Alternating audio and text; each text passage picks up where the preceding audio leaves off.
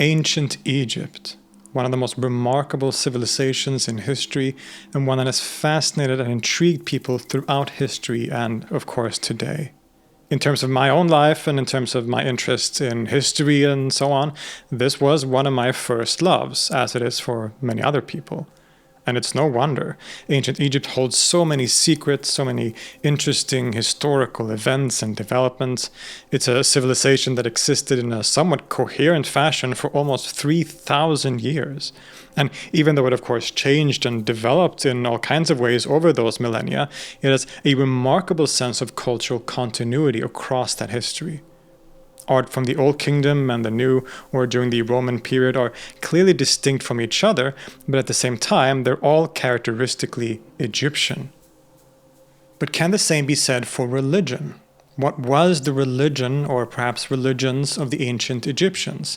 Who were the gods? How did the people worship the gods? And what did religious practice look like for the people living along the Nile River in ancient times? That is what we're going to explore in today's episode.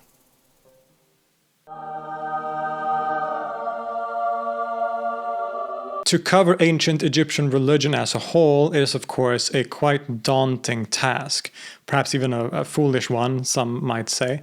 It is an incredibly complex topic where there's a lot to talk about, and it's impossible for me to cover everything in an episode like this. So just as with earlier or other episodes I made about like Zoroastrianism, for example, or religion in ancient Mesopotamia, this is going to be a general overview, a sort of simple, even though this is probably going to be a pretty long episode, and I'm going to cover everything as comprehensively as I can, it's inevitably going to be a sort of overview, and we're going to have to rely on other specialized episodes to sort of dive into more particular topics, both episodes that I've already made in the past, but also ones that I hope to do in the future. So that's important to remember. This is sort of the basic general overview of ancient Egyptian civilization. Secondly, of course, as I mentioned in the beginning, ancient Egypt was around for thousands of years, and it changed over those thousands of years, including, of course, the religion.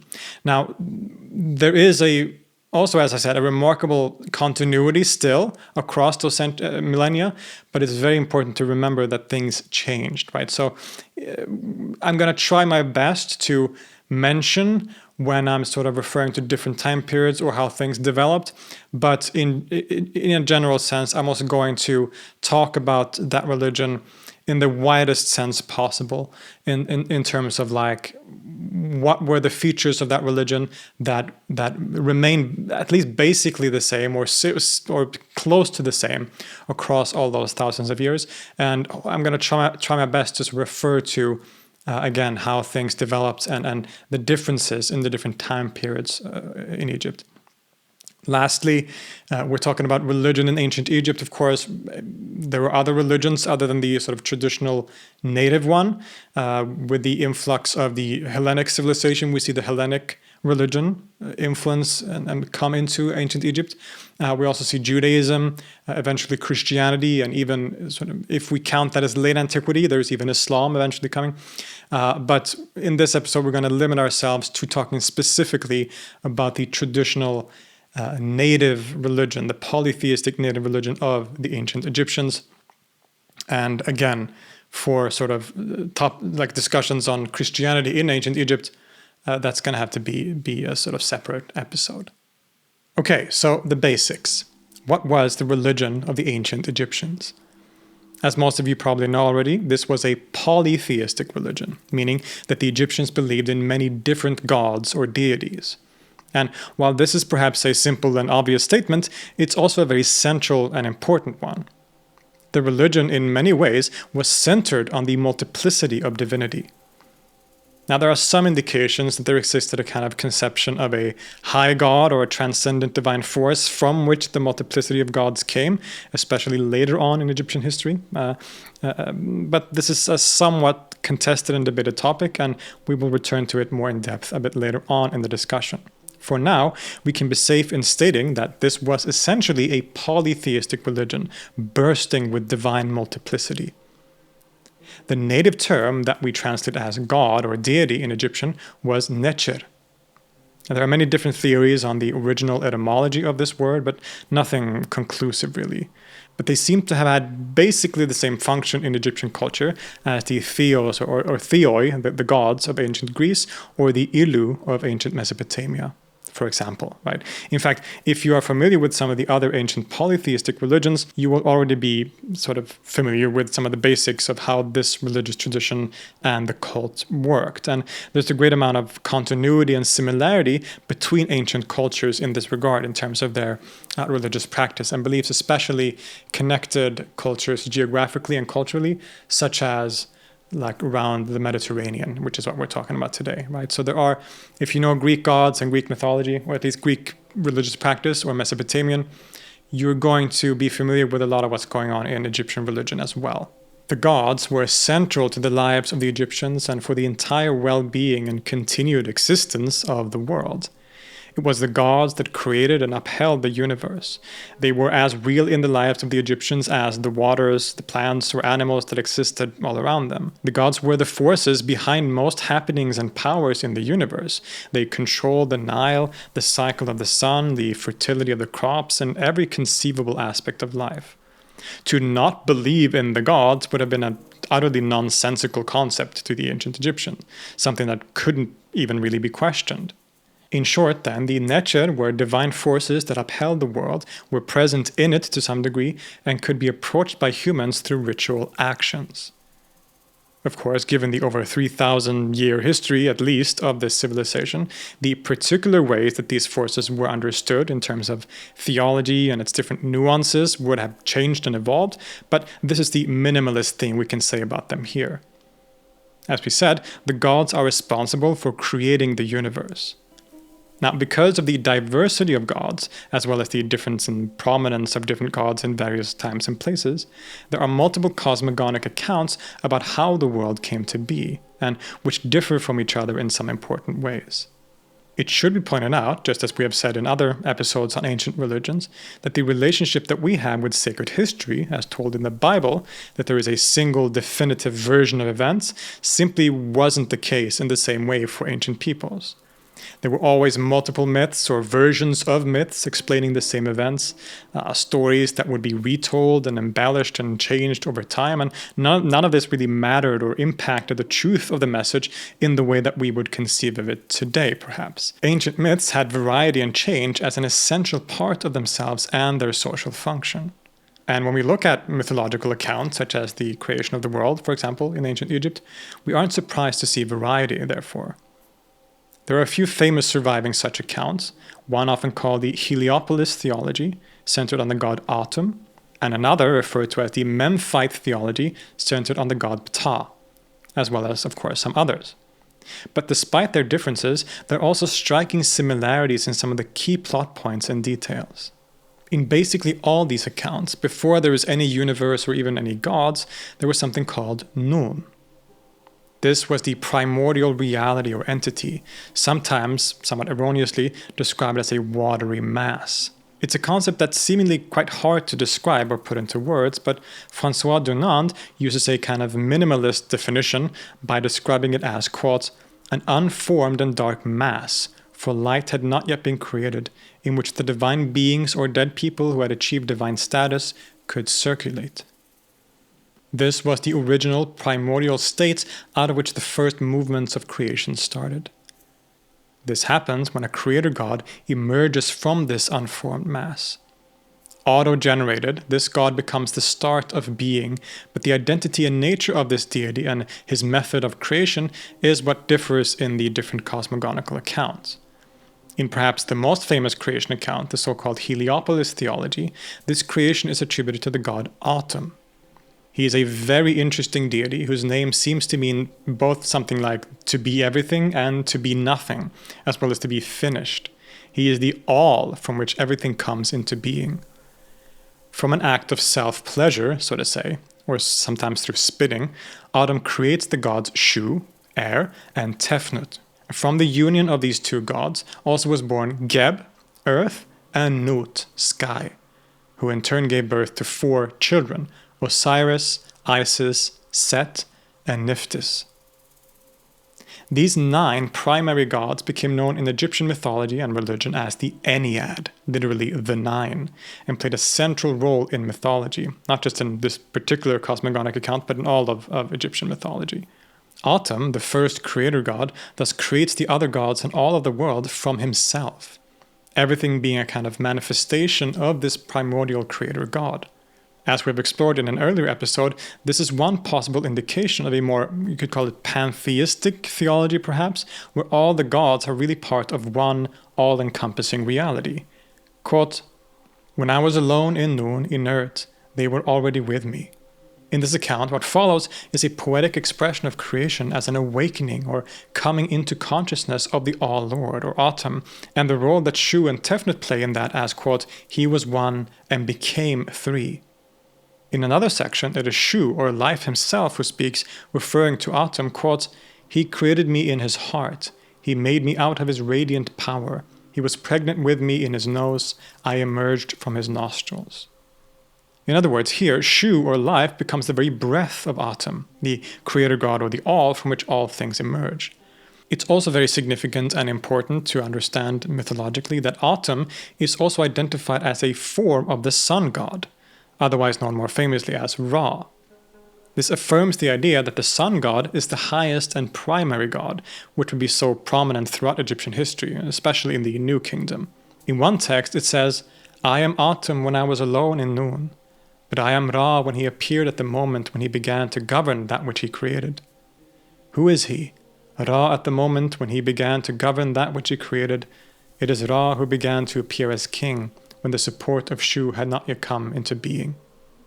In another cosmogonical account, that of the Memphis theology, it is the god Ta, the deity of craftsmanship, that is the creator.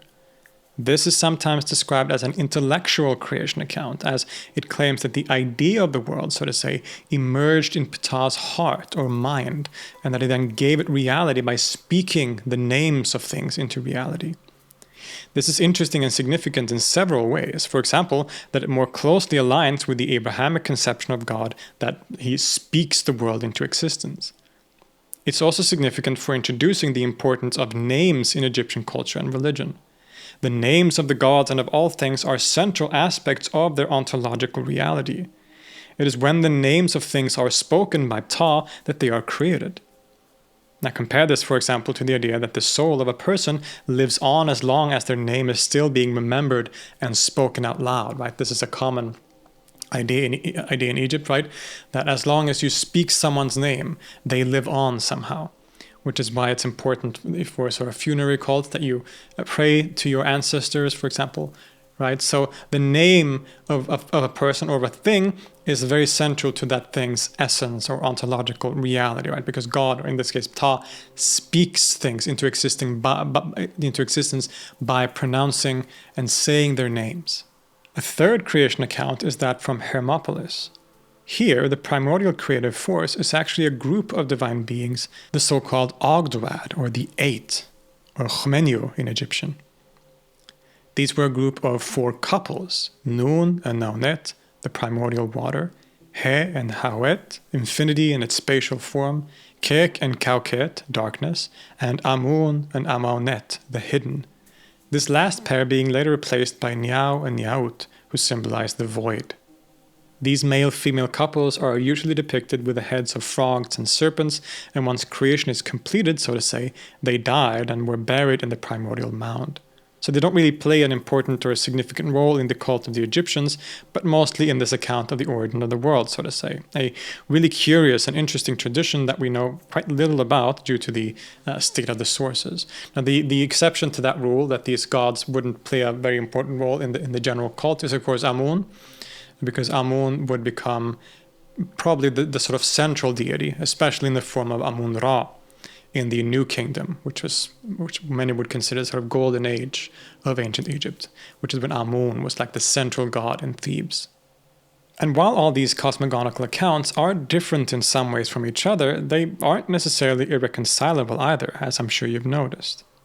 Indeed, the scholar Stephen Quirk writes that it would be better to regard the different accounts as expressions of different emphases within a single and integral whole. So already we've been introduced to some of the complexity of the divine pantheon. There are Enneads and Ogdoads and a multitude of gods, but all of them emerge, at least in some way, they seem to all emerge from a single divine force or person. What is key to know at this point is that the gods were responsible for the order and working of the world. They represented and ruled over natural phenomena and other aspects of life.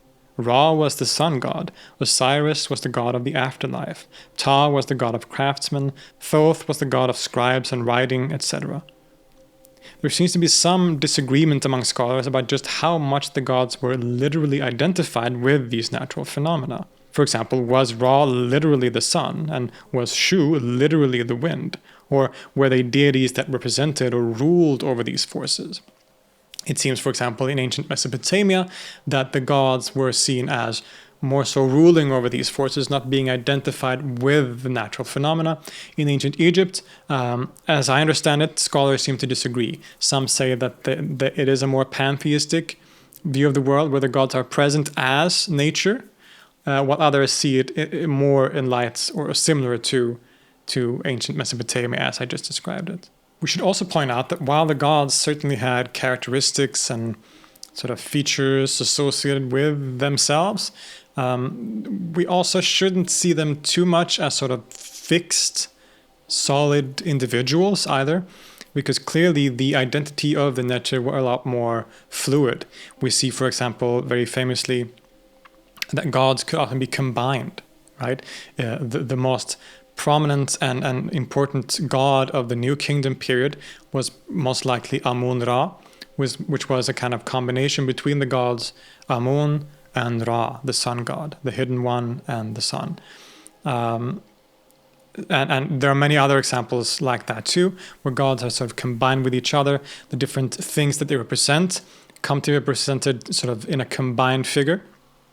Even more so, we can see the opposite too, that sometimes a single god can be divided into different representations and divinities in themselves. So again, let's take the example of Ra. We saw earlier that both Atum and Ra are two different names or forms of the same god, of the sun god.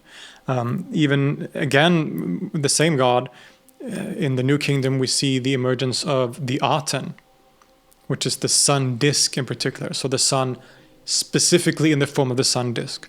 So a single god could be divided into all these different gods or forms, and different gods could also be combined with each other. So the Netjer, or which we translate as gods, are very complex, right? Their identities, their individualities, their relationship with other gods are complicated and a lot more complex than we often like to believe when we think about like polytheistic gods, like Zeus in the Greek pantheon, he's the god of thunder, and Hades is the god of the underworld, and like they have these very fixed identities and fixed things that they are associated with or that they represent. It's not, while that might be very generally true for Egyptian mythology, it's not that simple, right? It's a lot more complex. Regardless, if the gods were not there, or if we lost their favor somehow, that would send the world into complete chaos and disorder. Indeed, one of the most important and central concepts to the Egyptian worldview was something called Ma'at. This is a term that meant things like order, justice, and truth, and was also personified and worshipped as a particular goddess, called Ma'at, of course.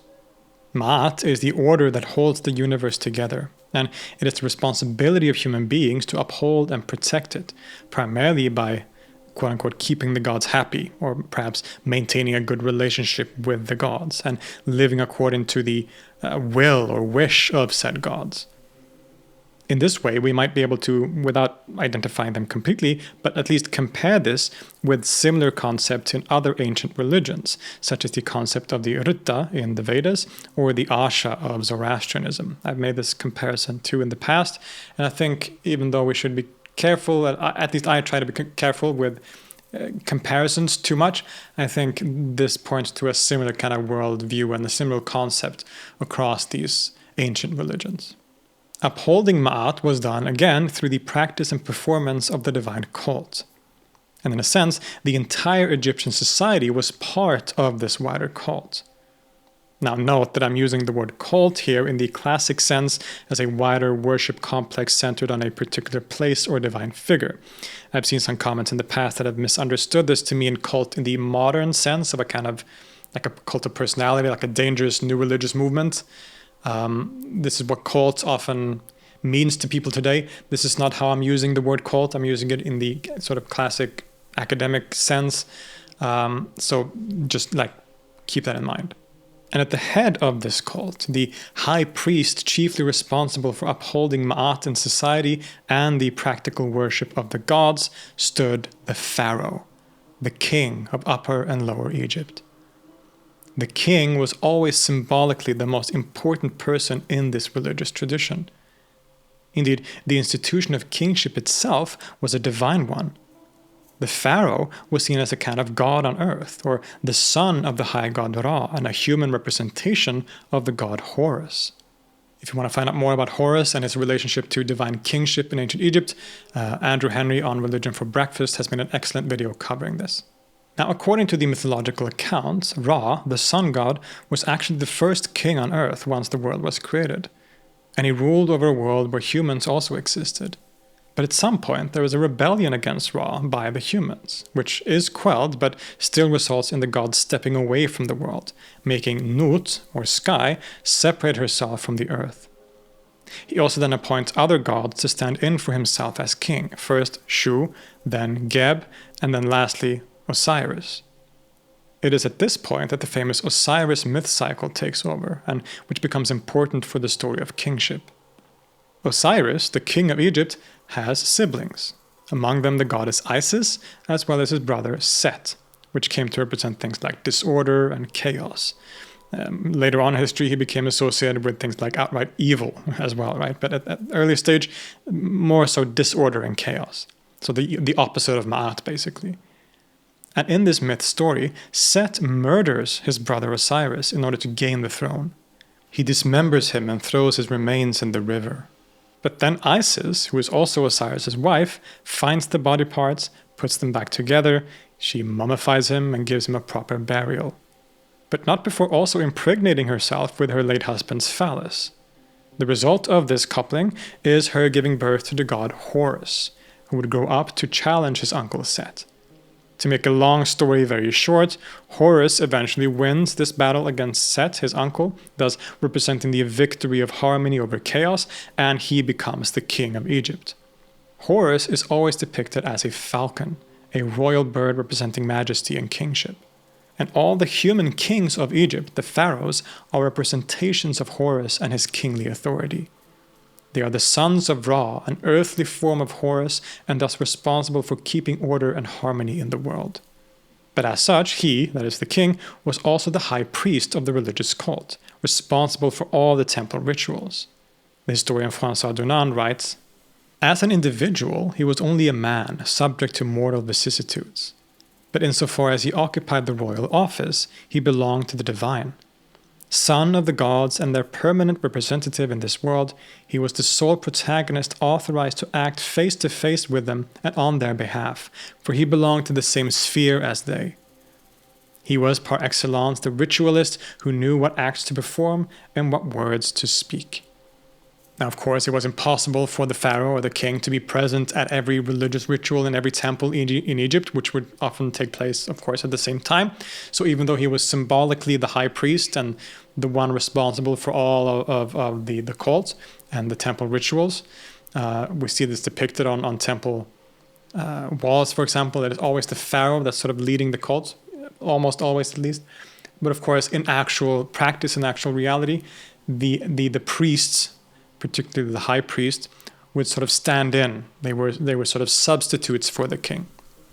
So this is how the cult worked. The king was responsible for the cult, but the priests were sort of hired, you could say, as stand-ins or substitutes for the king to carry out the religious cult in the temples and elsewhere. Because, as we saw, the gods were not only abstract mythological concepts, but could be made present in the world. Not only through the natural phenomena that they represented, but also through the cultic image. The Egyptian landscape was dotted with temples and shrines dedicated to the gods. It was these temples that served as the center for the religious cult, where priests carried out their duties and, most importantly, where the divine image or statue was housed. While the gods were cosmic, perhaps meta-cosmic forces, they were also directly present in their icons and cultic images. Those who have seen Egyptian art will no doubt have encountered these images of the gods. They are usually depicted anthropomorphically, with human bodies and sometimes with human heads, but often the head will also be that of an animal of some sort, and sometimes the reverse is also true, that the god would have an animal body with a human head, although this is less common. As we saw before, the identities of the gods are very complex, and so of course there are often multiple ways of depicting a certain god, just as there are several names or combinations of names depending on the context. But many of them have certain forms that sort of universally represent that god. For example, Horus is usually basically always depicted with a falcon's head, or as a falcon more generally. Ra, especially in the form Ra Harakti, also has a falcon's head, but usually with a sun disk on top of this head. There is Anubis, which has the head of a jackal. Osiris has a characteristic crown on his head. Thoth is usually an ibis bird or a kind of monkey, etc.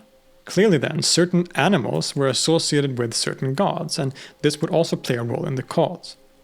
But basically, these images were very important for the Egyptian religion, and were really at the center of the cult. The divine forces could be represented metaphorically through the image or statue. They weren't limited or confined to the image, of course. The latter was only, again, the representation of the god. But at the same time, the image was more than a simple representation in the normal sense.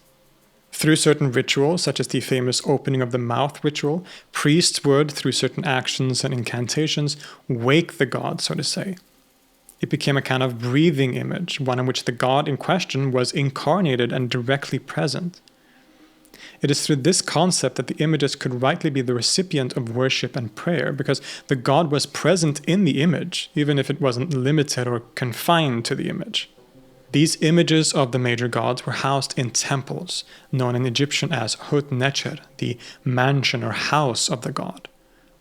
These temples were the site of daily rituals in which the god would be taken care of, given offerings, songs would be sung, and many such other practices. This cult of the gods was the main religious practice in Egypt, which basically upheld Ma'at and order in the universe. The pharaoh, as we saw, was the high priest and responsible for making sure that this was practiced properly. But in reality, the temple and its rituals were, of course, mostly the responsibility of the priests. Quote, "A temple was not a place where assembled people proclaimed the existence of the divine, but rather the place where the divine was rooted and manifested itself directly and visibly on earth, its permanent receptacle, and thus itself divine." Ancient Egypt was full of these temples. Indeed, another important aspect of the gods is that they were all usually associated with a certain region or with a city, and there would usually be a major temple in each city dedicated to the patron god.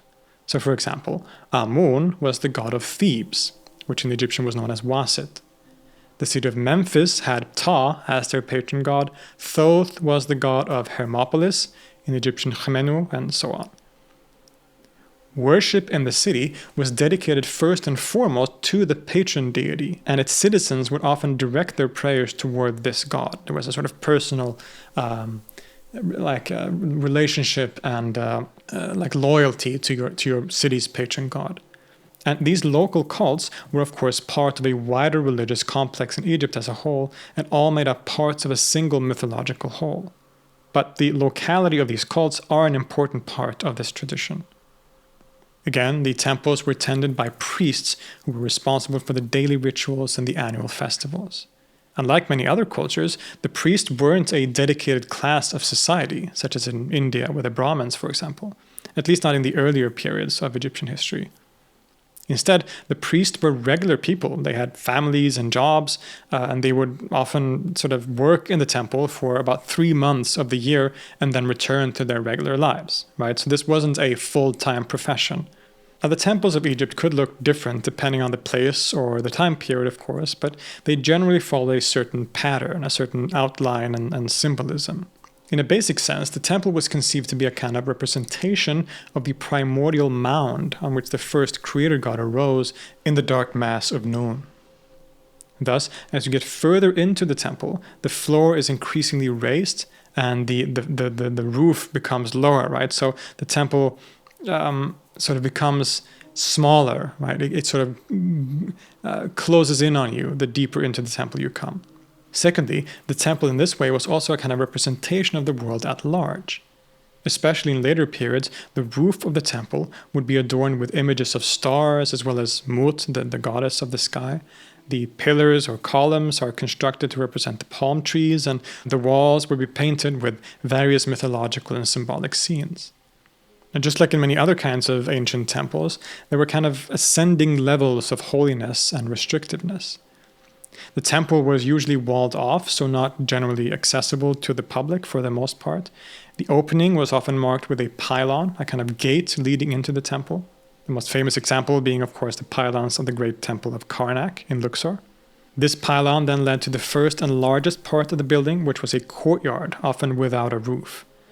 This is where, if anywhere, the general public would be allowed to enter on certain occasions.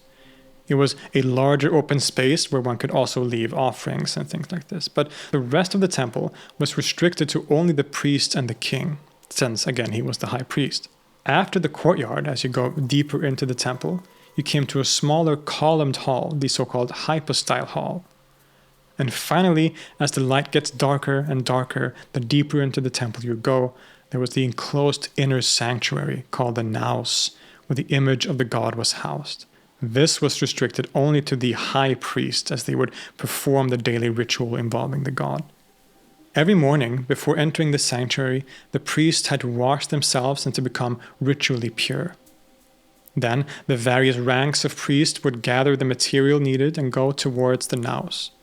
As they approached it, they would start reciting prayers. They would light incense, and the chief priest would proclaim as a greeting to the god that the king sends me, confirming that the priests were only, again, substitutes for the king who really held a responsibility for the cult. He would then approach the image of the god, tell the god to wake up, and then open the doors of the shrine, revealing the image, to which he would then prostrate and kiss the ground. This began the process often called the opening of the mouth ritual, where the god would be woken up from his slumber during the night. The image was taken out of the shrine. The outer linen garment from the day before was also taken off. They washed the image and gave him new clothing while reciting liturgy in a thick smoke of incense. The god was then given new clothes along with green and black eye cosmetics, jewelry, scepters, and the famous headdress. As the god was now properly awake, the priest would present offerings in the form of food, drink, and flowers. The food was likely placed on an altar in front of the god and then removed after an unclear period of time, after which it would have been distributed to the temple staff. After these rituals, the god was returned to the shrine and order was still upheld in the world. This ritual was then repeated at least 2 more times each day, but the morning ritual was the most elaborate and important. So this is an example of how the temple cult and the religious practices worked for the most part. It was something that was reserved primarily for the priests, right? And the general population, the regular people, did not really have any access to this inner part of the temple at all, and they never really got to see the image of the god. They didn't have access to that. Or actually, that's not entirely true. Scratch that, at least partly, because there were times during the year, during the so-called festivals. There were many festivals across the sort of the year for the Egyptians, and during the festivals, the people would be able to participate much more directly in the religious cult, when the gods would often be brought out of their temples and people would be able to interact with them and sometimes even see them. There is, for example, the so-called Beautiful Feast of the Valley, which was celebrated in Thebes and which was primarily centered on the god Amun. This was a kind of festival for the dead, where the living and the dead would meet.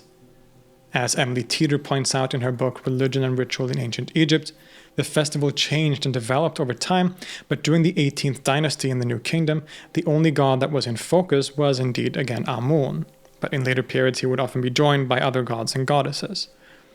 Teeter described the procession like this, quote, "The festival began on the east bank of the Nile at the Karnak temple, where, after purification ceremonies, the statue of Amun was removed from its dark sanctuary, placed in its portable shrine, and loaded onto a ceremonial boat. Priests carried the god from the temple to the Nile, where it was placed aboard an elaborate barge called Usharhat, powerful of prow, whose topsides were covered with gold and ornamented with scenes of the king before the gods. The procession, led by the king, was accompanied by throngs of priests who carried the great fans signifying the presence of the deity, and by huge crowds of locals. The passage from east to west symbolized the transition from life to the land of the dead. The procession would then go to the necropolis in Thebes, places like the Valley of the Kings, where so many of the New Kingdom royals lay buried. The place was filled with music, dancing, and singing, and through these songs and chantings, the dead kings and general ancestors would be called on to come forth from their graves and meet the god and celebrate. For 2 days, this festival took place and must have been quite a thing to experience. One has to imagine the smell of incense, of food, and the sound of people singing, talking, and yelling. The image of Amun in the procession would also visit Deir al-Bahri, which was thought to be the dwelling place of Hathor, goddess of fertility, sensuality, merrymaking, and drunkenness. Symbolically, Amun spent the night with Hathor. Thus the festival was both about the dead, but also celebrated things like rejuvenation and recreation. When all these rituals and celebrations were over, the image of the god was taken back to the temple, and the people would have to wait another year for another festival, at least this specific festival, because, as we said, the yearly calendar was filled with different festivals celebrating both gods as well as the jubilees of the kings and much else. This was just one example of such a festival where the general population could participate more directly in the divine cult. During these festivals, they could get a glimpse of the god, especially at certain points of the festival where the face of the god was revealed, which would have been a very profound experience. People could even approach the god and seek oracular help. They would ask the god a yes or no question, and the god could answer by making the portable house, the shrine, move either backwards or forwards, indicating a yes or no answer. With all this said, we shouldn't neglect to mention the importance of the king himself in terms of religious devotion and worship.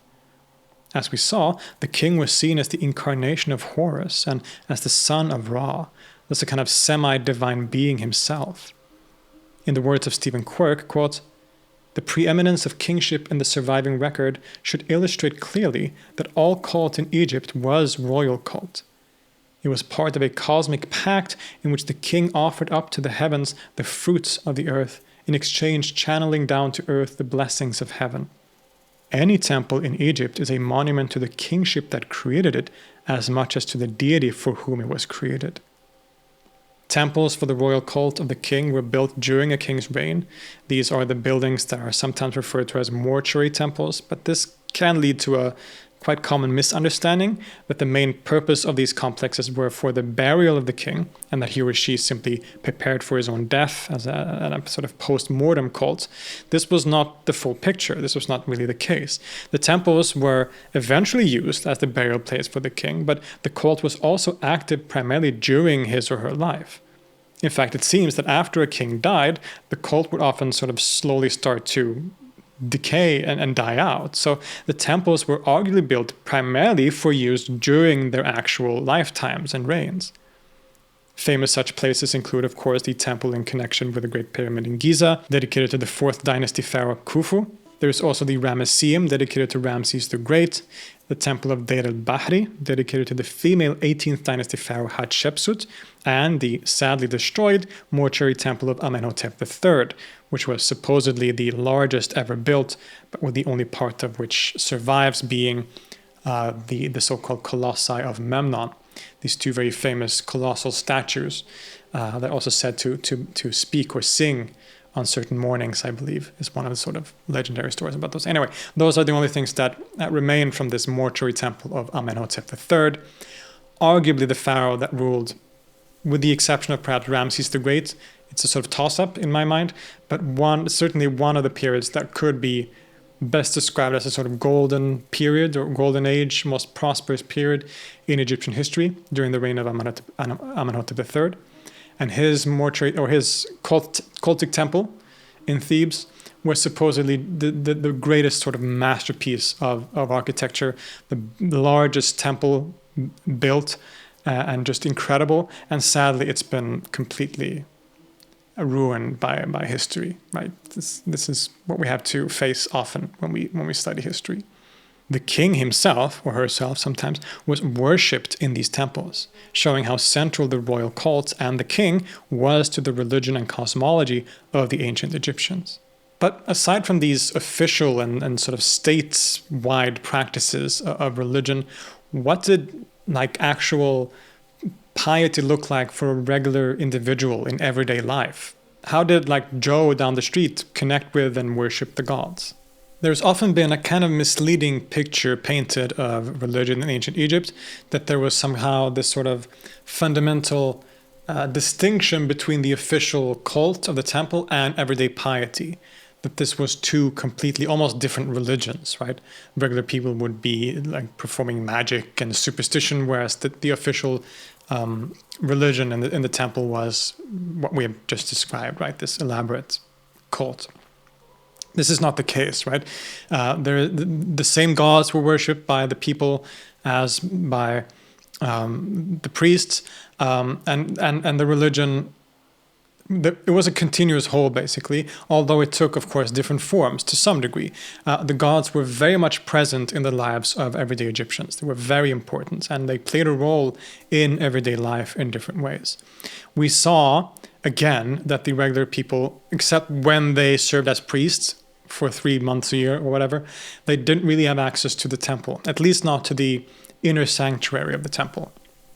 There are indications that they might have had some access to the courtyard of the temple, like the first part, the biggest part of the temple, maybe sometimes even the hypostyle hall. It's uncertain, but generally, even though they didn't have access to these more sacred parts of the temple, often in connection with these larger temples, often usually on the sort of outside wall, on the sort of back wall of the temple, would be more minor shrines. It's like mini temples or shrines dedicated to gods that people could approach and pray and ask for favors from the gods. There would often be a kind of, there would be holes in the wall, and there would be sort of a cloth, a fabric, I should say, hanging, sort of boxing in the person so that they could sort of get privacy when they spoke to the gods. And so people would often come to these mini shrines.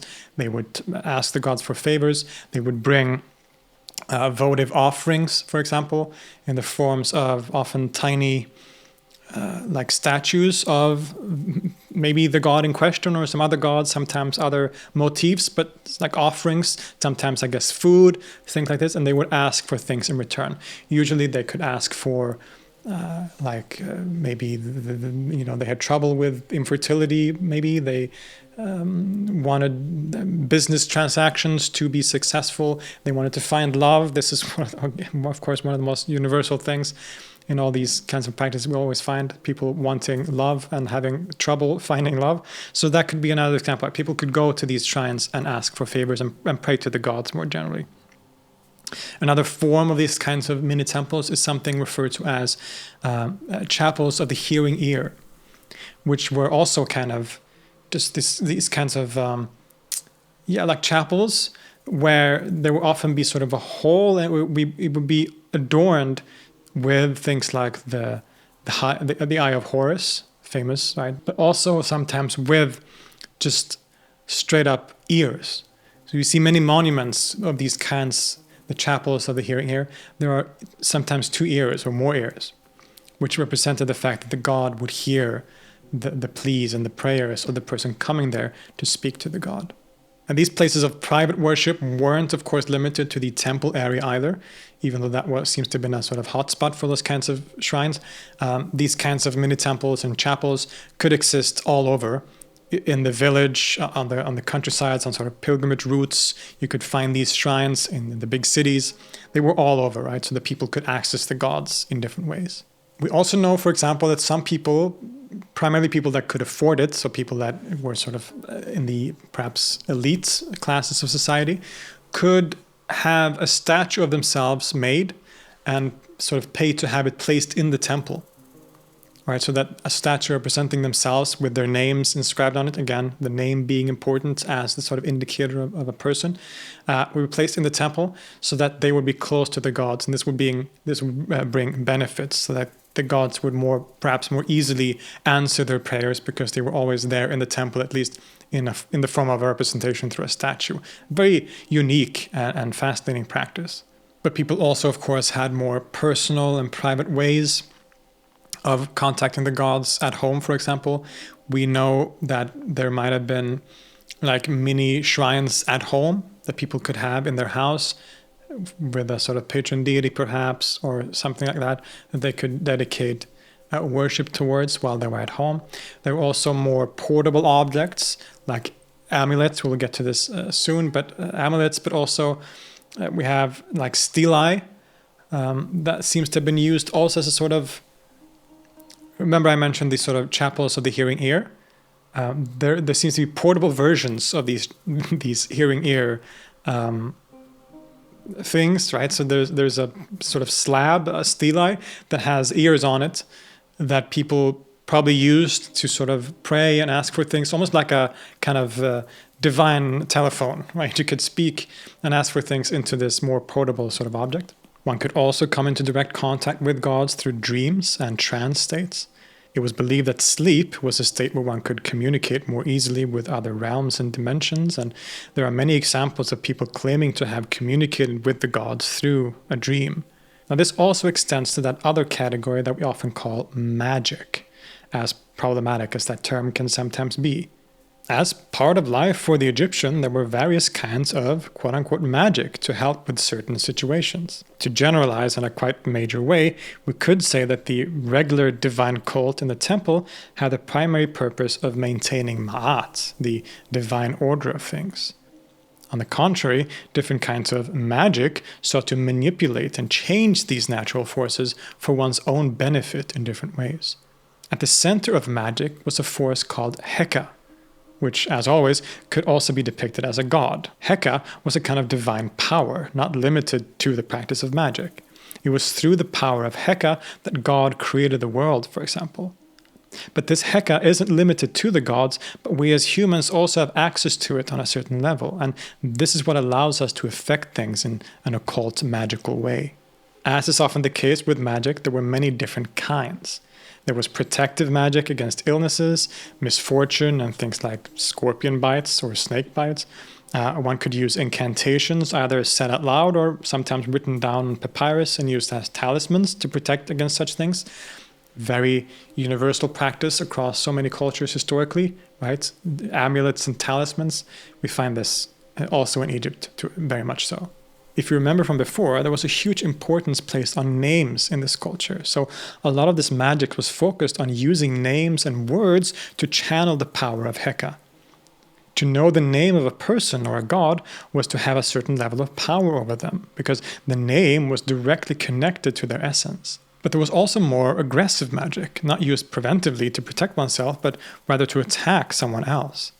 For a more complicated procedure like this, one would often consult a ritual expert, sometimes known in this culture as a Hekau, a guardian of Heka. There are different names and indications what these professionals are supposed to have been called, but this is one of them. While much of this magic practice is still unknown to us in its details, we know quite a lot about this more aggressive kind of magic of execration. Say, for example, you want to hurt your enemy. In this case, you would make a wax figure of this person, whether they be a god or some other human that you don't like. Then you would inscribe the name of this person on this figure, very important, sometimes also the names of their family members, and then bind it with a cord. The figure would then be spat on, trampled, and eventually thrown in the fire to be destroyed. This is pretty violent stuff. Profoundly, this magical practice more broadly, especially that performed by the ritual professionals, worked in such a way that he or she would often sort of admonish or intimidate the gods themselves to do their bidding. This seems strange that a mere human being is able to intimidate the gods in this way. Well, this is because it seems that in order to do this, the practitioner would in some way assimilate themselves to the gods, so that when they made their pronouncements or chanted these incantations, they did so as the god themselves. Françoise Dunand argues in the book Gods and Men in Egypt that we might be dealing here with something akin to shamanic practice, where the ritual practitioner was somehow possessed by or united with the gods in some way. And that indeed brings us to another touchy yet always interesting topic. That is, was there such a thing as mysticism in ancient Egypt?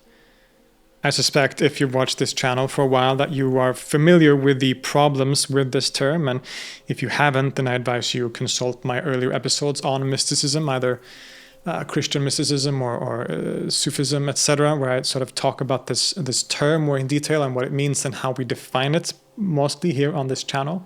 In short, we recognize the issues with the term, especially applying it to a context as different in time and place as ancient Egypt, but we still want to ask the question if we find some of those themes characteristic of mysticism, such as altered states of consciousness and a direct experience of and maybe even union with the divine in some way, coupled with the practices leading to and theories explaining such encounters.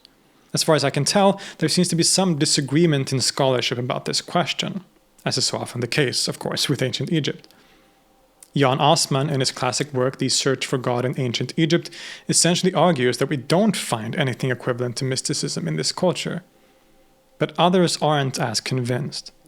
One example could be what we just described, the possible presence of what we could loosely call shamanic practices, where a ritual professional would put himself or herself in an altered state of consciousness and somehow become assimilated to the divine. One Egyptian text inscribed on a statue of Ramses III revealing the claim that, quote, "I have rinsed my mouth, I have taken in natron, and I have mingled with the Ennead of gods. In the evening I have lain down in the bosom of Horus, and thus I have heard what he was saying, while he held in his hand a viper of 1 cubit, as evil as a viper of 12 cubits. It was thus that I was instructed in the words that have been used forever, going back to the time when Osiris was still alive. Thus I now slay a horned viper of 1 cubit, I being Horus instructed in words." But even in more everyday, regular piety, we find expressions that at least get us close to mystical expressions. In the prayers expressed by regular people and which survive in different writings, one of the recurring themes is a strong wish expressed to, quote-unquote, see the god. This could, of course, simply mean the cultic image, to see the statue, or perhaps the god through natural phenomena, but there could also be more to it. Dunand again points out that in some texts we see clear indications of a devotion that goes beyond regular prayers or daily practice and toward a more profound relationship with God involving giving up oneself to the God in a kind of contemplation, meditation, and ecstasy. One text states, quote, "I have abandoned yesterday and today into the hands of Amun. I have found myself well, my condition stable. I have assured myself a happy state of being until I end my existence. I have given myself entirely to him. It is he who grants the landing." But these kinds of expressions, which border on what we often call mystical, are hard to interpret with clarity, because these personal experiences are hard to put into words on the one hand, and by their nature as personal experiences of piety, there is no reason to record or write it down in the way that one would for more official rituals or practices. So the question of contemplation and mysticism in Egypt remains something of a mystery, and one that will probably have to be further studied before we can say something more concrete about it. Many of these expressions of piety, especially from the 19th dynasty forward, seem to also indicate other interesting things. It raises certain questions, right? We stated in the beginning that ancient Egypt, like the religion of this culture, was definitely polytheistic, and the multiplicity and diversity of divinity was very central to this religion. But in these more personal expressions of piety in the later periods, we also see references to God in the singular and with a sort of indefinite form, like God with a capital G, right? As well as ideas that God seems to somehow be transcendent, even transcendent of the other gods in ways that we don't see earlier in history. So what's up with that? Well, here we have stumbled upon another one of the most debated topics, I would say, in like ancient Egyptian religion within scholarship, namely whether or not there is this idea in ancient Egypt of a one transcendent God from which all the other gods are manifestations, or from which the other gods come, right? That while it is polytheistic, there is this idea of a divine unity that transcends the multiplicity. This is a question that scholars very much disagree on. We have to point out once again that the religion of the ancient Egyptians was definitely polytheistic. Their conception of the divine was one of diversity, and in the cult, the worship of one god was always in connection with that god's relationship with the rest of the multiplicity of deities. What is not at stake here is some primordial monotheism, something that many primarily Christian scholars in the past have wanted to argue and search for. We have no indication that there was anything like such a monotheistic conception of a god at any time in Egyptian history, aside, of course, perhaps from the Amarna period with the cult of the Aten of Akhenaten. But aside from that, this search for a primordial monotheism is it's not considered anymore, and that is not what we are talking about here at all. And with that said, and as I've explored in my previous episode about this exact topic, categories like polytheism and monotheism are quite limited, and things on the ground are actually quite a lot more complicated than that. When we look at many, perhaps most even, of the ancient religions that we refer to as polytheistic, they will have a multiplicity of gods, sure, but they will often also have a concept of a transcendent divinity that encompasses the other gods. A divine unity from which the multiplicity of the gods and the world come. The Vedic Hindus call this the Brahman, the Shaivites call it Shiva, the ancient Greeks in their multiplicity of gods often talked about Ho Theos, the god, which was sometimes identified with Zeus, and philosophically also talked about concepts like the one and the good, the form of the good, etc. in Plato that approximates the same idea. The Aztecs in Mesoamerica also had a multitude of gods, but simultaneously spoke of something called Teot, a kind of pantheistic force from which all gods come. It is the question whether this kind of concept can be found in ancient Egypt that is up for discussion, and as I said, that scholars disagree upon. Egyptologists like Erik Hornung argued in his Conceptions of God in Ancient Egypt that we don't find such an idea, emphasizing the divine multiplicity.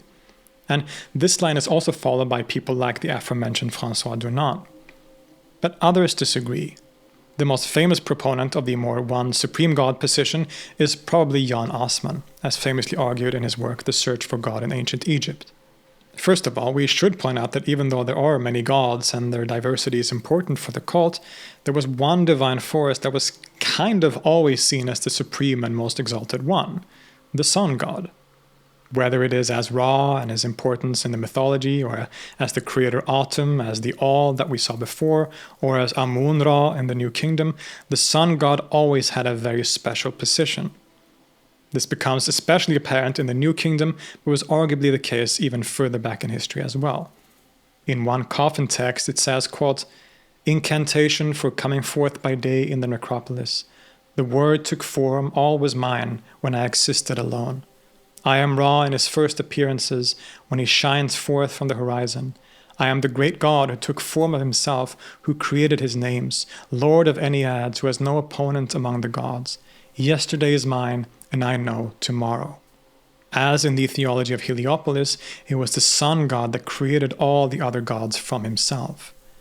And even as we start seeing more personal expressions of piety that talk about God in the singular, such as in the instructions literature that appear from the Middle Kingdom, when they make such proclamations, this singular personal God is usually either the patron god of that person's city or referring to Ra or Amun-Ra, the high god. Quote, "He who listens to the entreaty of one in distress, gracious to one who calls to him, who saves the timorous from the hand of the violent, who pronounces justice between the poor and the rich, Lord of cognition, on whose lips is creative word, for whose sake the Nile inundation comes, the Lord of affection, the great of love, when he, the inundation comes, humankind lives.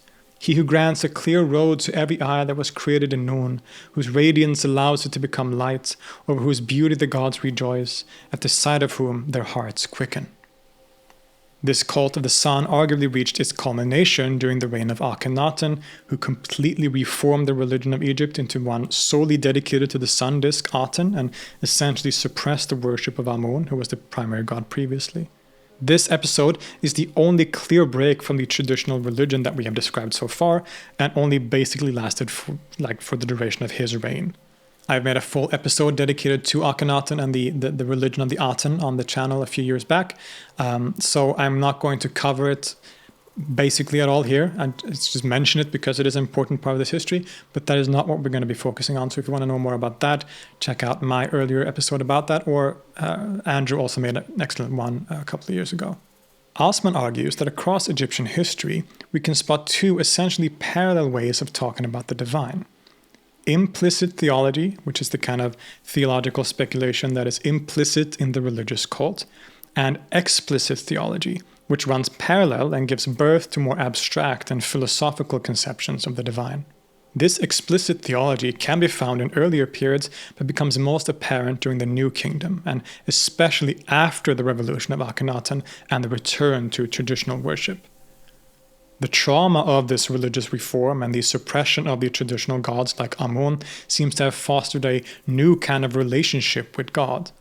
Because Amun-Ra couldn't be worshipped in public anymore, basically, people instead developed a kind of inner relationship with the god by, quote, placing him within the heart. Quote, "The son of him who does not recognize you sets Amun, but he who recognizes you says, 'It has risen in the forecourt.' He who attacks you is in darkness, even when the whole land is in light. But he who places you in his heart, lo, his son has risen."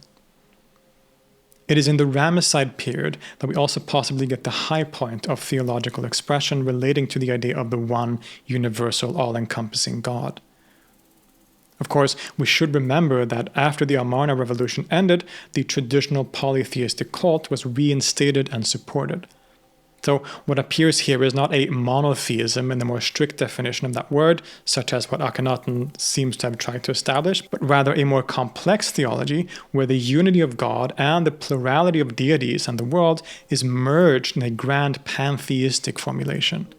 Again, here it becomes clear that the conception of God in the singular is a very real concept that stands above the other gods, or in which those gods are integrated. This all-encompassing God is the creator, the source of everything, moral guide, and giver of life. Quote, "Life belongs to you, there will be no other, who gives life to every visage. You are the light that drives off evil. No eye lives that does not see you. You are the air that allows the throat to breathe. No animal lives that does without you. You are the inundation that keeps humankind alive. No face lives if you are not in it." As you can tell, the all-encompassing nature of this divinity is radical and formulates itself in a pantheistic way. God is everything. He embodies the cosmos. Quote, "You are the sky, you are the earth, you are the netherworld, you are the water, and you are the air between them." According to the arguments of Assmann, this exalted conception of the divine, a kind of pantheistic theology with a single divinity at its center, came to dominate theological expression from the 19th dynasty and for the rest of the classical Egyptian civilization. All the way into the Hellenistic and Roman periods, we continue to see these kinds of expressions. This is another example to show you how complex the conceptions about the divine could be in antiquity generally, and for the Egyptians in particular. It was a polytheistic religion in the basic meaning of that word, for sure, but there was a lot more going on theologically at the same time. So now we've talked about some of the basic mythology and perhaps theology of the religion, as well as how people related to the divine and how they practiced their religion. But we still haven't talked about one of the most perhaps important and indeed famous aspects of ancient Egyptian culture and religion, which is, of course, death and the afterlife. Now, as many of the scholars that I've quoted in this episode so far have also pointed out, the way that some people have portrayed the ancient Egyptians as completely obsessed with death, or that this was somehow like the most important part of their lives and culture, is pretty oversimplified and honestly kind of inaccurate. because they built monuments relating to death and tombs with the express purpose of them surviving for as long as possible by building in stone, for example. Much of that which does survive of their culture has to do with death and the afterlife, naturally. It's easy, therefore, to overemphasize this part of ancient Egypt. I think for a lot of people, some of the very first imagery that comes to mind when we think of Egypt are like mummies and elaborate tomb art. But with that said, there is of course no escaping the fact that death and the afterlife was very important and something that the Egyptians spent a lot of time preparing for and thinking about. And what they believed was that death certainly wasn't the end. Well, it was a kind of end because the dead never returned to this world of the living, but it wasn't an end in terms of being an end of our existence completely. After the demise of our body, our soul, or souls in plural perhaps, live on in the afterlife, what the Egyptians called the Duat, and often simply referred to as the West. This afterlife was not unlike our own, at least in terms of its descriptions and depictions in art, but it was a complex one, full of dangers and trials. The god Osiris was the god of the underworld and was strongly associated with the afterlife. Since, if you remember, in the mythological story, he had been killed by his brother Set and then been reborn and sort of mummified by his sister and therefore was able to be reborn, he is now the master of death, so to say. And together with the jackal god Anubis, who is the god of funerary rites, among other things, they both represent the world of the dead in different ways. The Egyptians believed that we have several different quote-unquote souls, to use a Greek and modern term that might not be entirely appropriate for this culture. On the one hand, there was the Ka, often described as the life force of the individual. This is the part of us that needs offerings and help after death. A person dies when the Ka leaves the body. Then there's the Ba, which is often depicted as a bird with a human head. This is a kind of soul that could travel between the world of the tomb and the world of the living, spending time in the sun and around those still alive. These two parts of our, again, soul, maybe, are in deep relationship with each other, of course. And after death, the person and their soul have to travel through the underworld and face different trials in order to hopefully eventually reach a place called the Field of Reeds. In later periods, we find perhaps the most famous aspect of these post-life challenges when one comes to the court of Osiris and Anubis will weigh one's heart on a scale against the feather of Ma'at. This is justice or order. If the heart is heavier than the feather, then it will be thrown to the Amet creature, which will consume it and seemingly condemn the person to a kind of oblivion. But if the heart is equal to, or maybe even lighter than the feather, then they are allowed to enter the Field of Reeds.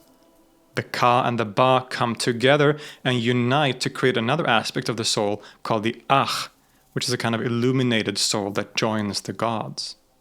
This strong dichotomy between the two realms seems to be something that shows up in later records and might have been influenced by outside traditions, or at least developed over time, so to say. But the general idea that it's the moral character and actions of the person in life that matters for our afterlife seems to be something that remains across this civilization's history. So how does one achieve a good afterlife then? Well, as we saw, one basic way is to be a good person. But there was more to it than that. And this is where we see that the burial customs of ancient Egypt were so important and elaborate. People who could afford it would start working on their own tombs pretty early in life, and one's dwelling after death was very important, not just for like social status, right, but also for your comfort in the afterlife. The tomb of a person usually consisted of two main parts: an underground burial chamber and an above-ground offering chapel, where the people could come and offer food and prayers for the dead person. The tomb was almost like a house in itself, similar to a temple, with structures and art that aimed to reflect the natural world. And the body of the person was also very important. Because the body was, in some way, the home of the soul, its image, you could say, it needed to be preserved as much as possible. And this is the background to what is probably the most famous aspect of ancient Egyptian culture, namely mummification. After death, the body of the deceased would be taken to professional embalmers who would wash it and then begin a long and complex process of removing the organs, drying out the body, and wrapping them in linen. The process was a lot more complicated and involved and a lot more than I've mentioned here, and could take up to 40 days, sometimes even 70 days. Over the course of Egyptian civilization, the techniques of mummification also changed and developed so that by the later periods, they had gotten really good at preserving bodies. This is why you find mummies today that look almost like they died only recently, even though they've been dead for thousands of years. It's kind of like, I don't want to use the word creepy, but it's quite striking to see those mummies that are so well preserved. Once the mummification process was done, the funeral began, where the body would be taken to the tomb. Before being permanently entombed, priests performed the opening of the mouth ritual, which involved certain invocations and ritual, like opening of the mouth of the mummy to wake it up. This is similar, of course, if you remember, to how the priests in the temples would wake up the god in the mornings, right? This was also called the opening of the mouth. So it's similar in sort of making the person or the body alive in some way in preparation for death. But as we saw, the journey wasn't over once it was in the grave either. And to help the deceased person on his journey through the underworld, several things could be done. For one, as we saw, family members and friends would often come to the offering chapel in connection with the tomb to make offerings of food to the deceased. One could also, for example, leave images of food on the walls of the tomb and many other gifts that were left in the burial chamber. We've all seen the famous tomb of Tutankhamun, for example, where there was a whole host of different objects, from objects used in life, like weapons and boats and food items and beer and all kinds of things. A peculiar item that would often be left in the tomb were small figurines called shebti, which were essentially like workers. It was believed that these shebti would function as servants to the deceased in the afterlife and help them with various things. In general, it was believed that all these objects that were left in the tomb, and if they were painted on the walls or whatever, everything that was in the tomb would help the person in the underworld and in the afterlife. But another very important aspect of the funerary rituals was that certain texts were left in the tomb. Spells, prayers, instructions, and utterances that were to guide the soul in the afterlife and help them transform into the illuminated Akh. The earliest example of these spells are the so-called pyramid texts, primarily in use in the Old Kingdom. These are indeed some of the oldest surviving religious literature in the whole world. At this early stage, however, they were only reserved for the tombs of the pharaohs and didn't really contain any illustrations, it was just text. But over the course of time, into the first intermediate period and the Middle Kingdom, there was a kind of democratization of the afterlife. These instructions and prayers weren't anymore just for the kings, but also for more regular people. And this we see in the emergence of the next development of this tradition, which is called the coffin text. As the name suggests, these were now written on the coffins of the deceased. They contained images, and here we also see some of the earliest examples of the classic depictions of the duat and its different parts and phases. And it is even later in the New Kingdom period that these texts develop into the form that most of us are familiar with today, the so-called Book of the Dead. This collection, whose real title was actually the Book of Coming Forth by Day, was usually written on papyrus and would be left in the coffin or the burial chamber of the deceased generally, and had the same function as the earlier pyramid and coffin text. It was a further development of these earlier texts and traditions. It contains instructions for the soul on how to traverse the duat and become the transformed Akh in order to enter the field of reeds. It's a quite large body of text with very intricate and complex descriptions that have become very famous. It's, for example, here that we find the famous story about the weighing of the heart by Anubis, right? This is from the Book of the Dead. So in short, the Egyptians did a lot of different things to ensure that the afterlife was a pleasurable one. Not only were they asked to be a good person in this world, to uphold the principles of Ma'at and the will of the gods, but also required complicated rituals and objects to have a better chance in the land of the West. Again, most of what I've talked about in this episode have been, to some degree, generalizations. As I mentioned in the beginning, this was a religious tradition that changed over time and in different periods, and I hope I have shown that in different ways. I've tried to capture the general features as much as I can, but this fact must be kept in mind. Indeed, in the later periods of Egyptian civilization, we see some significant changes and developments. After the end of the classical pharaonic state, and in the so-called late period, Egypt was conquered by different empires and states, from the Babylonians to the Assyrians, the Persians, all of whom ruled the land of the Nile for periods of time and influenced its culture in different ways. The Hellenistic period after the conquest of Alexander the Great, which represents the end point of classical Egypt, also saw some very significant changes in the religious cult and its practice. This was the period of the Ptolemies as kings, with the last of them, of course, being the very famous Cleopatra. The Hellenic religious tradition was not exclusive in terms of their gods. Most of us know about the Greek pantheon with gods like Zeus and Hera, Hades and Dionysus, etc. And when they conquered Egypt, they saw in the Egyptian gods either foreign gods that could be incorporated into the wider worship of their religion, or sometimes as the same gods but with different names.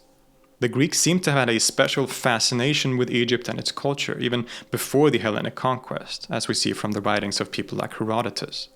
A quite common trope for great Greek philosophers like Pythagoras was that they were often claimed to have gone to Egypt to learn some of their wisdom, particularly it seems that of the soul, of afterlife, and magic.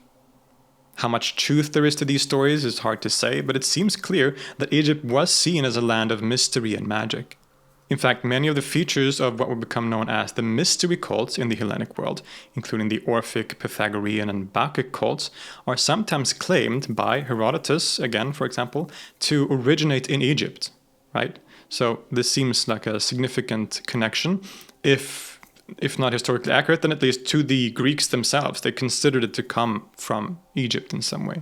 It seems, though, that the Egyptians themselves weren't as excited about Hellenism and the syncretisms that it brought with it, but the Greeks were very enthusiastic, taking on the role of pharaohs, adapting many of the religious practices and traditions, including burial customs. During this period, we also see different gods being combined to essentially form sometimes new divinities. The question of which god was the most popular and widely worshipped changed from period to period, as we saw, and during the Hellenic age, two gods seems to have been the most particularly prominent. Isis, whom we have met, and a new god called Serapis. The name Serapis is essentially a combination between Osiris and Apis, and his depiction is very similar to Hades in the Hellenic tradition. So he is essentially a combination between all these different gods, and was maybe the most prominent and popular god in the late period of Egyptian civilization. We've talked before, for example, about the great Serapeum in Alexandria, the temple of Serapis, which was almost on the level of the great library, right? This was a very important center. So this shows us how important Serapis was as a god for, at least for the Hellenic age and forward in Egypt. Another famous syncretic god of this kind was born from the claim that the Greek god Hermes and the Egyptian god Thoth, both being associated with things like writing, language, and hidden wisdom, was in fact the same god. From this came the combined divine figure called Hermes Trismegistus, or Hermes Thrice Great. It is this figure that became the central point of the body of writings called the Hermetica, a large body of text including magical and occult knowledge, as well as more philosophical and quote-unquote mystical texts such as the Corpus Hermeticum and the Perfect Discourse, or Asclepius. It is these writings that make up the core of what we sometimes refer to as Hermetism or Hermeticism, even though the idea of Hermetism as a unified tradition is challenged by many scholars today. This tradition, or to be safe, maybe we should just say these writings, are a perfect example of the syncretic nature of Hellenic Egyptian culture at that time. The Corpus Hermeticum probably appeared in Egypt, and many scholars point out that it is definitely Egyptian in nature in many ways, but there is also no doubt that it is hugely influenced by Hellenic philosophy, such as Middle Platonism and Stoicism.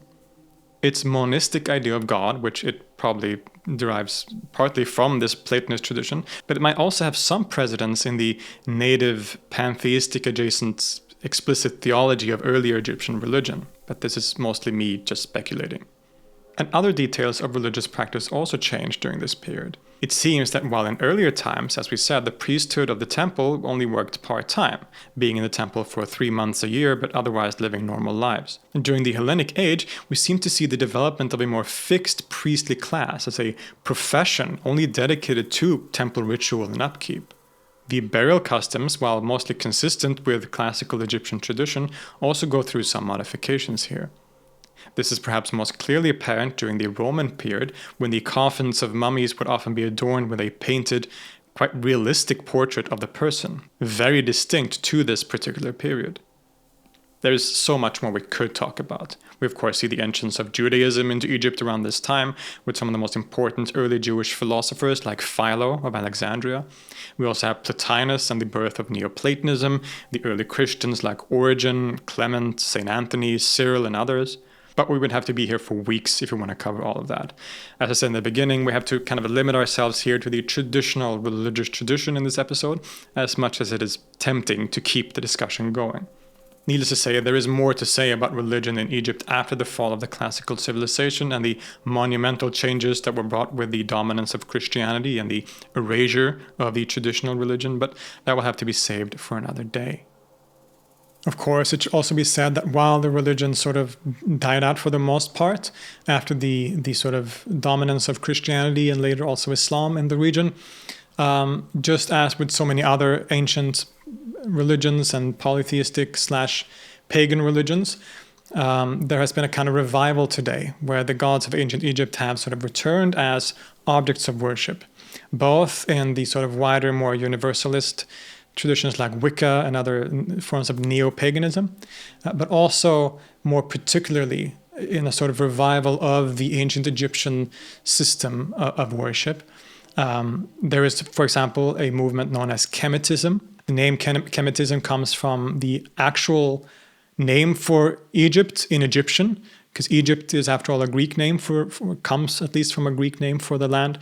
The name that the Egyptians themselves called Egypt was Kemet, which means the black land, basically. And most people think this refers to the black soil around the Nile, sort of fertile soil. I don't know much about this movement, and so we're not going to talk about it today. I'm not really qualified to talk about that, so I'm going to have to make myself qualified to talk about it and then maybe dedicate another episode to that more particularly. But just sort of putting it out there that this ancient religion has also seen a sort of revival with these different neo-pagan so-called movements in the modern world. For now, I hope this was an informative and interesting episode, a dive into the general characteristics and features of religion in ancient Egypt. This episode turned out to be pretty long, which is maybe natural, right? But even so, we've only sort of scratched the surface, really. And so I look forward to exploring these topics more in depth in future episodes, as always. Ancient Egypt remains such an enticing and intriguing moment in history, and its culture continues to fascinate and inspire people, including myself. Its religious tradition is, in some way, really unlike anything else, and its relative consistency across history is very impressive and telling. Perhaps it was a system and a way of life that simply worked and was beneficial to the people living by the Nile in ancient times, helping them make sense of the world around them, their lives in this world and the afterlife, and how to live good, meaningful lives. And there's no doubt that this culture and religion has had a massive impact in different ways on the whole of humanity down to this very day. I would like to give a special shout out, as always, to my patrons on Patreon who support this channel and without whom none of this would be possible. Of course, I enjoy doing this, and it's a pleasure and an honor to be doing this, but of course, having that monetary help really helps me do this on the level that I do and to the amount that I do. So I'm so incredibly grateful and thankful for all the support on Patreon. If anyone else wants to become a patron and a patron and support this channel, I will leave links in the description and in a pinned comment, as always. You can also leave a one-time donation through PayPal or through super chats here on YouTube and so on. Or, of course, as always, it just helps to leave a like, maybe subscribe to the channel if you haven't already, and continue the discussion in the comments. If you're interested in my work more generally, you can find me on my socials, which are on the screen. You can also find me on my other channel, Filip Holm, which is dedicated to my music primarily. So my own music and talking about music in the way that I talk about music, or when I talk about religion on this channel. I'm getting tired. It's been a long recording session today, right? Anyway, thank you so much, everyone, for watching, and I'll see you next time.